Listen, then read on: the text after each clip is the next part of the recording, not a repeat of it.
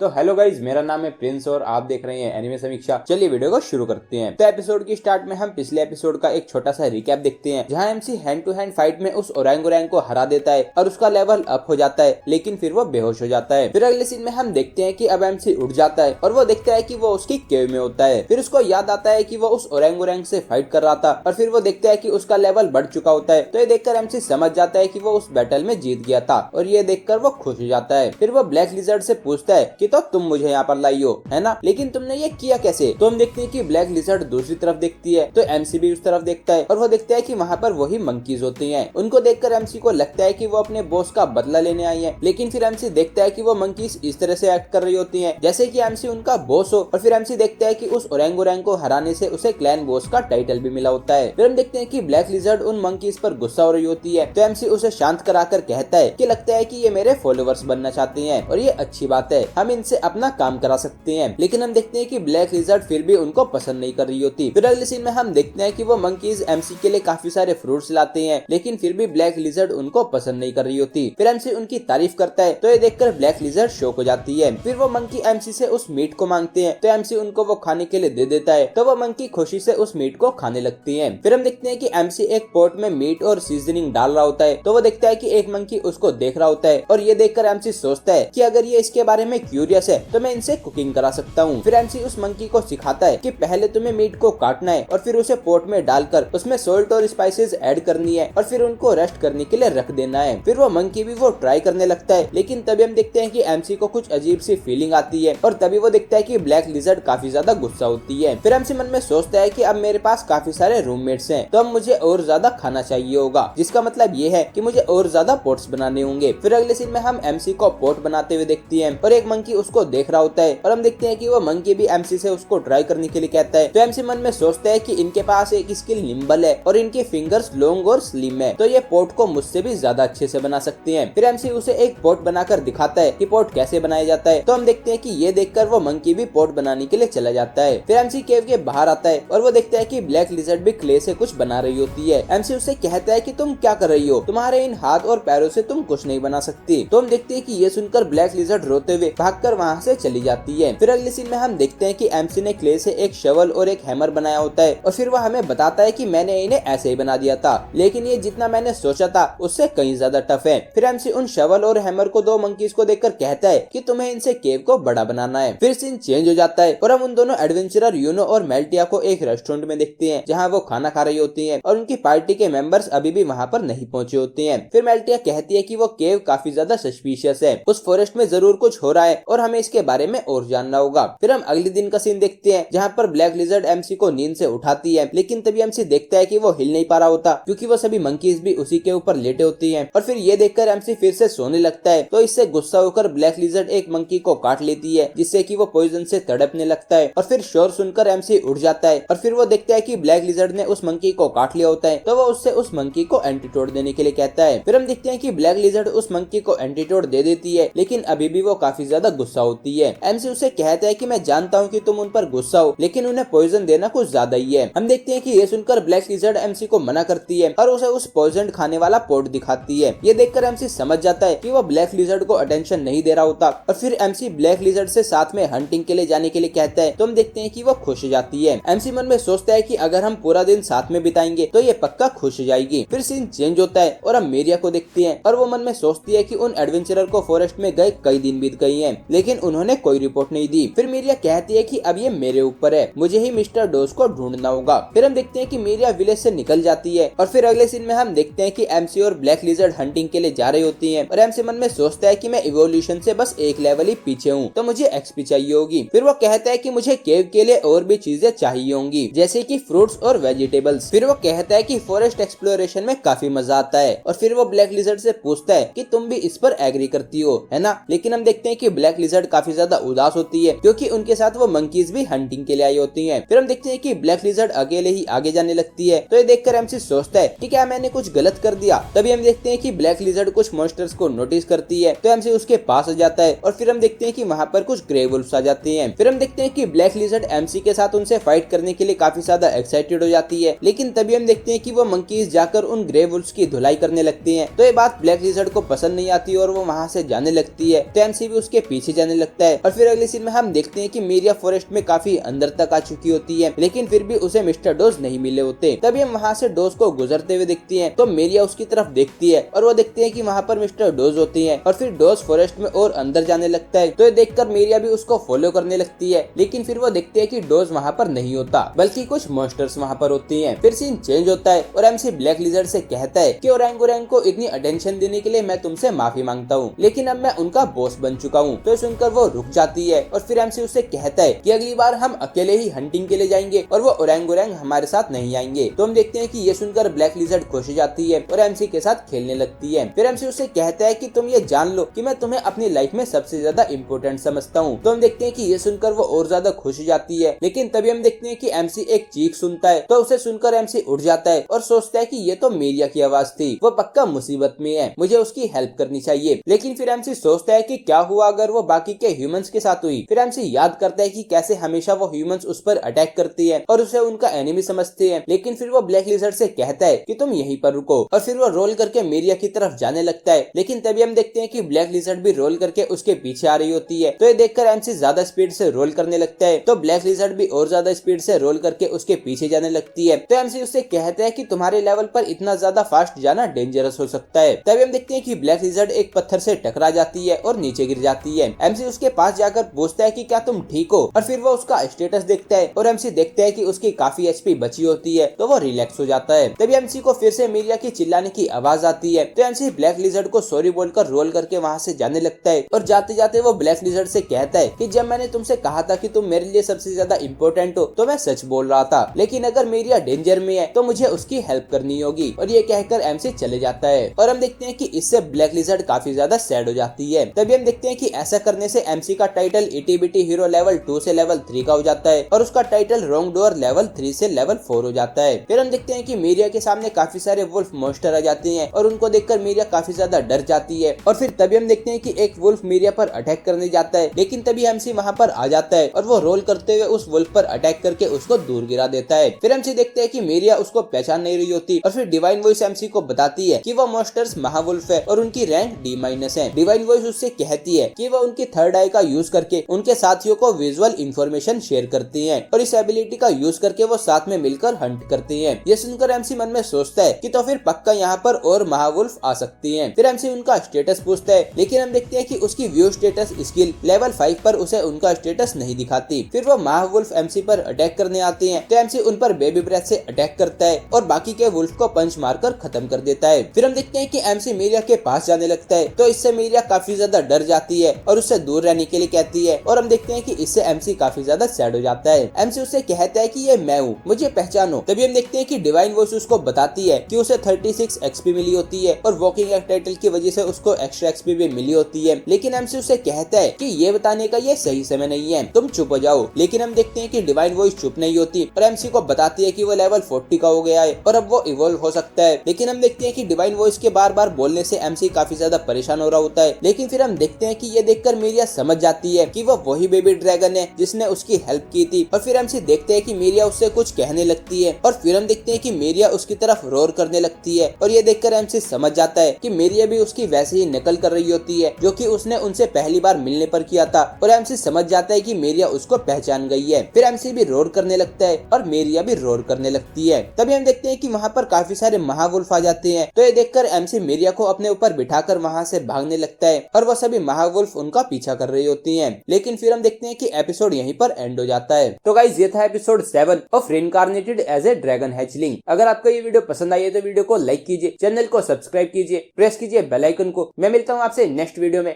Thank you.